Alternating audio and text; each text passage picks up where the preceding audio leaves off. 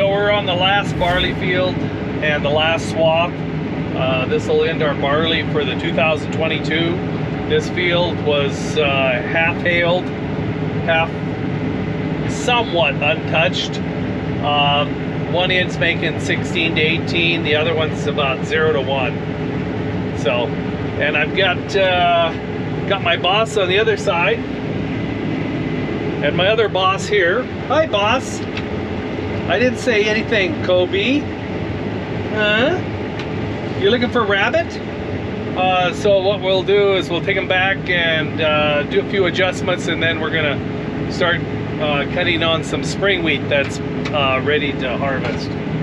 So we'll just keep rolling through it, and we'll see what this year brings as far as spring wheat averages. We're not looking very high at all, and then we've got a bunch of hail stuff, so it's going to be later. Well, that's it. Done with barley. So, run them back to the shop, just do a little bit of cleaning on them, check a couple things, got a little oil here and there, and then I think we're gonna jump to some spring wheat. There's a couple fields that are ready, so it's time to get on them, see how much we can get cut before we greened out, and then some rain coming, and then, yeah, we're like 3/4 of the way through harvest. This last little bit's gonna be short, it's gonna be sparse.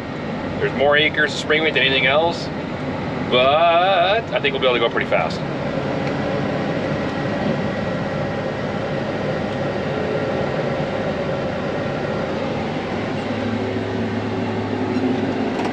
Well, I think we're gonna roll into some spring wheat. We took a couple-hour break. When I say break, I mean not combining. We went over to the bin site and helped Leg Arms wrap up that last wet steel bin. It's gonna be nice to have that. We're gonna go ahead and put all of our spring wheat in it. It's a little overkill because I don't think we're gonna get anywhere near close to filling it. Same as with the rest of our crops. Every one of those bins are about half full of each crop. One's half full of barley, one's half full of peas, one's half full of winter wheat, and now we're gonna have one half full of spring wheat. But that's pretty nice having them in 4 bins. And then we'll have that sure track system set up, so aeration, hydration, bin monitoring will all be good to go for the season. So that's gonna be pretty awesome. But yes, there was some things we had to finish wiring in the fan and all kinds of goodies, so we just got done doing all that. Dad just took off his combine, I'm taking off of mine. All of our combines. And we're gonna go hit up some spring wheat, see how it's going, and if it's ready to roll, which it looks to the eye, let's get this game on. First, the spring wheat's coming in, and it's definitely ripe. I tried to calibrate it, but my moisture monitor says below limit, so it doesn't even give me a number, but I figure it's around that 78%, so that's plenty fine. It's good. It's running about 7 bushels an acre. So I don't, this didn't get much hail, so I hope that's not an indication of what the rest of the spring wheat's gonna run. But it's easy harvesting. It's a little shorter than the barley, so I gotta keep my header a little lower, which just means more rocks. But this field in particular is just littered with garbage. Our local city dump is about 1.5 miles that way. And it's so windy lately that a lot of the garbage has been blown across our land, and it just constantly catches on the header. Bags, plastic. So that's my biggest complaint. Other than that, it's running good. So we'll just get the spring wheat done. I almost got my first load. It's been about 45 minutes and I'm almost full. We jumped across the road, finished that field, and now we're into some of the hailed zone. And I don't know. We'll see. But I saw at one point it was up to 5 bushels an acre, so I mean there was a couple spots there where the hail didn't quite take it out, but this area here is pretty toast. I'm just heading north hoping to see if I can get to an edge where maybe the hail let up, but it's still 0, so I don't know. Skipped 40 acres over there, that was 100%. This one's a good 60 acres and it's probably gonna be 100%. Okay, yeah, we're gonna pull out of this. It's a little green still, a little higher moisture than we want. This end that didn't get hailed is running about 6 bushels an acre. That's how I got hailed, 0. So about half this field is 100%. But we're gonna jump across to another piece of area. Basically all the ground that we had canola on last year is ripe this year because the canola sucked the ground dry. So there wasn't much there for the crop this year to grow on, so it ripened earlier than the rest of it. So we'll head over to that one, give that a try. And if that's no good, maybe we'll shut down for tonight. There's some weather moving in, so it might rain on us, so we'll know soon. Okay, calling it. I think we're gonna stop until we find some land that's ready. This is too green too.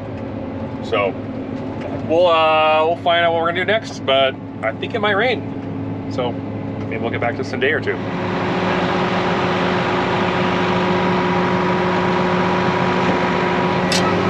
Just in case it rains. See the dark area right back there. I'm just going this way real slow. I don't think it's gonna do much, but I really don't feel like changing that gearbox oil again. It's like the 4th time this year. So, close lid. Here we go. First dump of grain ever in this bin. It's a 3609. It's our second largest bin on the farm, just under 30,000 bushel capacity. Fully aerated floor, unloading, sweep, everything, up on the 9 yards. The AGI SureTrack bin manager system here, so we can keep tabs on what's going on inside. So let's dump the truck in there and make good use. I don't know if we're gonna fill that bin, but we'll get some in there. It'll be our spring wheat bin. It'll be great.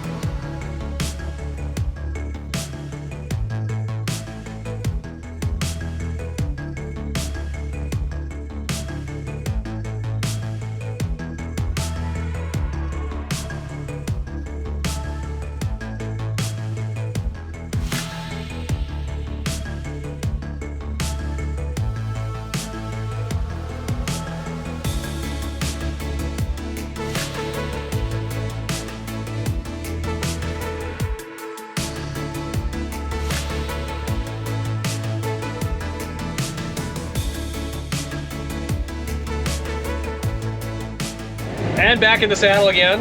Decided to get back at it this afternoon. Found some ground that's definitely ready. In fact, this whole area, about 500 plus acres of it's ready. And so we've been going at it. And we're gonna have it about all cut today. It's amazing, they're getting it done. But it's running around that 7 to 10 bushel an acre. The side that got hailed is about 0.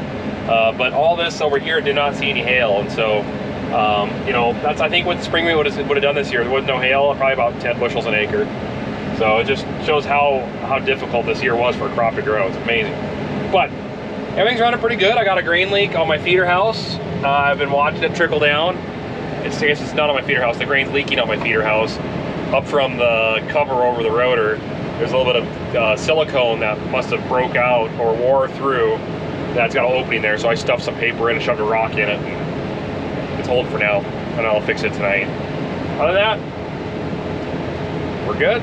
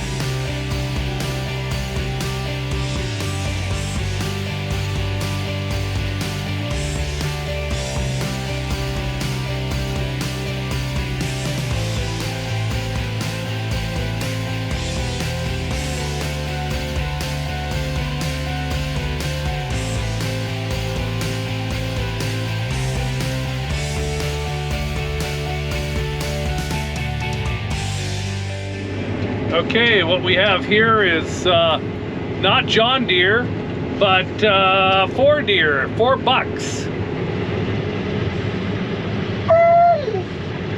What do you think, Colby?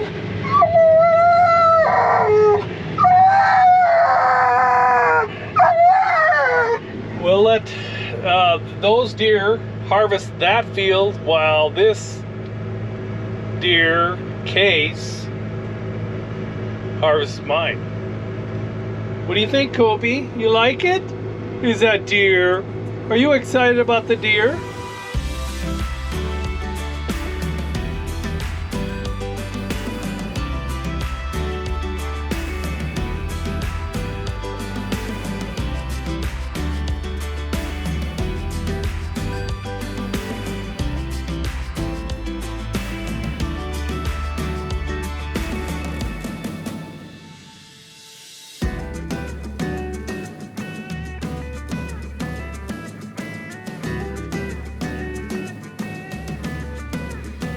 That's it, shutting down for the night. That's a lot of acres cut today. 6.5 miles an hour, 90 feet a header. Gets it done quick. All right, good night. I must ask you a question. Should we harvest today?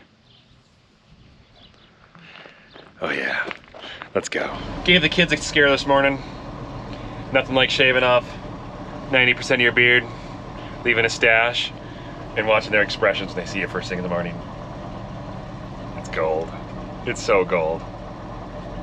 First for me. I want to join the club. You can be haters, I don't care.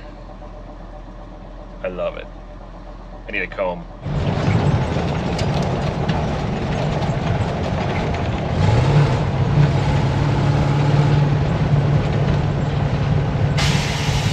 Dropping the truck off close to the field where we'll be here in just a minute. Combines are about a quarter mile that way, so they're gonna jump in here. I'm gonna shuttle them over to the combines myself. We'll fuel, fill, grease, and get back to doing the business that we do. Farming.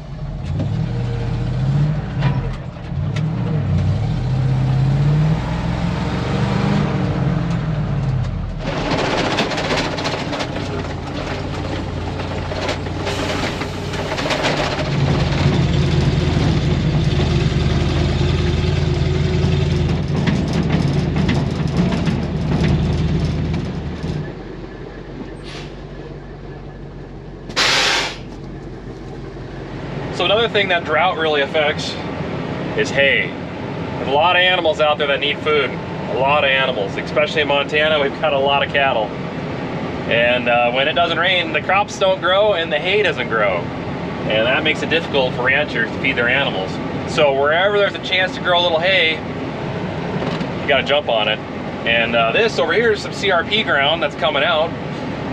We just picked up a lease on it. We previously bought a lot of land from this owner.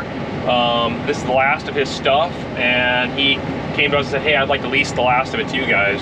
So we got about 500 acres we're picking up on the farm, so that's gonna be fun.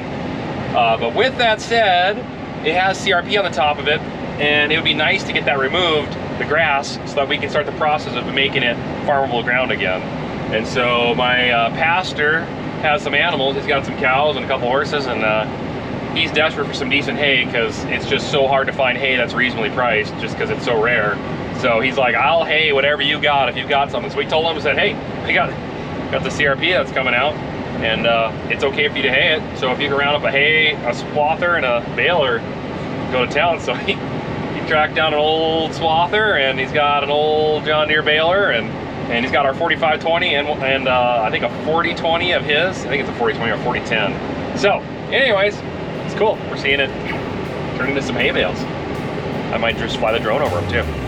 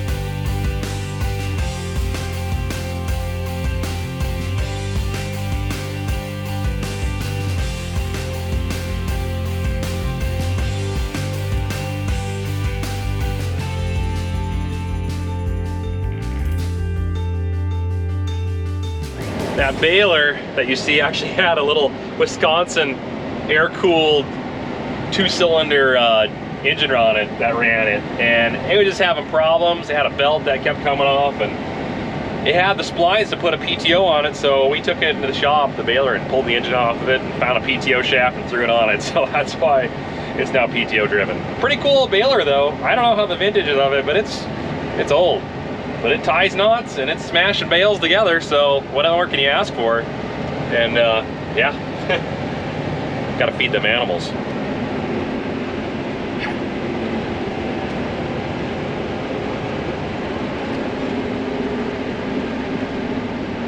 There we go.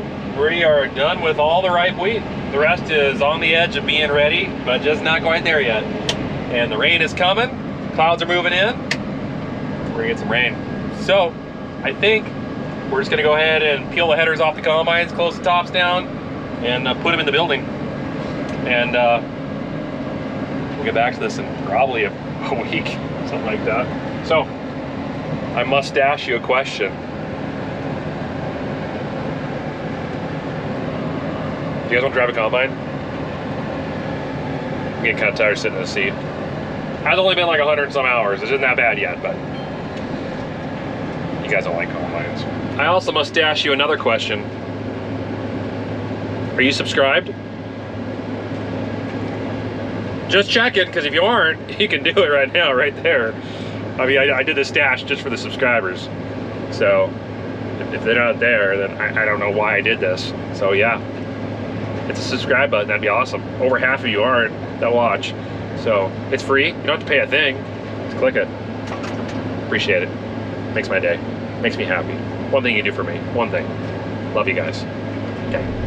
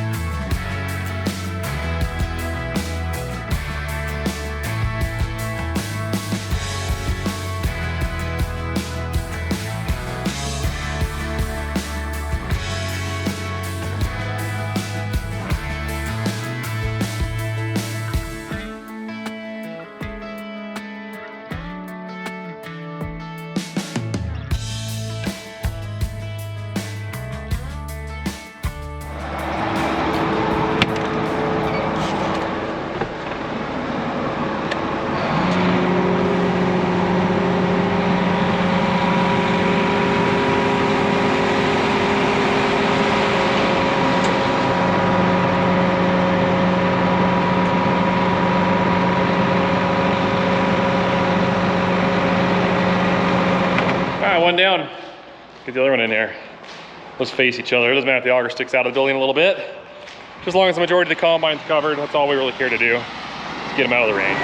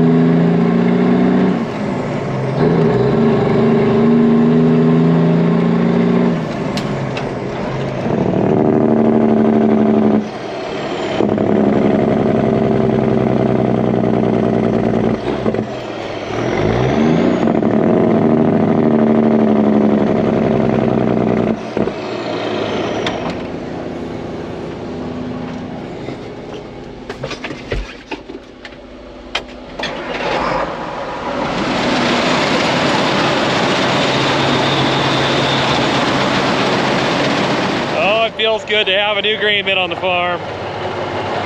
I know, what a year to increase your storage, but it will get used. Grain's above the door, good deal.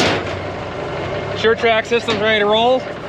Got it set to cool it down to about 65 degrees, and then I got it set to moderate the moisture at about 13%. So that way we're below that 14 number, but we're as highly, or we have as much moisture as we can get in it. So when the time comes to market it and sell it, it'll weigh more and you get paid more money. And because we're so dry here and there's rain coming the next couple days, it's gonna have a good time to hydrate the system. And then it'll hopefully stay in there and stay humid, but not too much.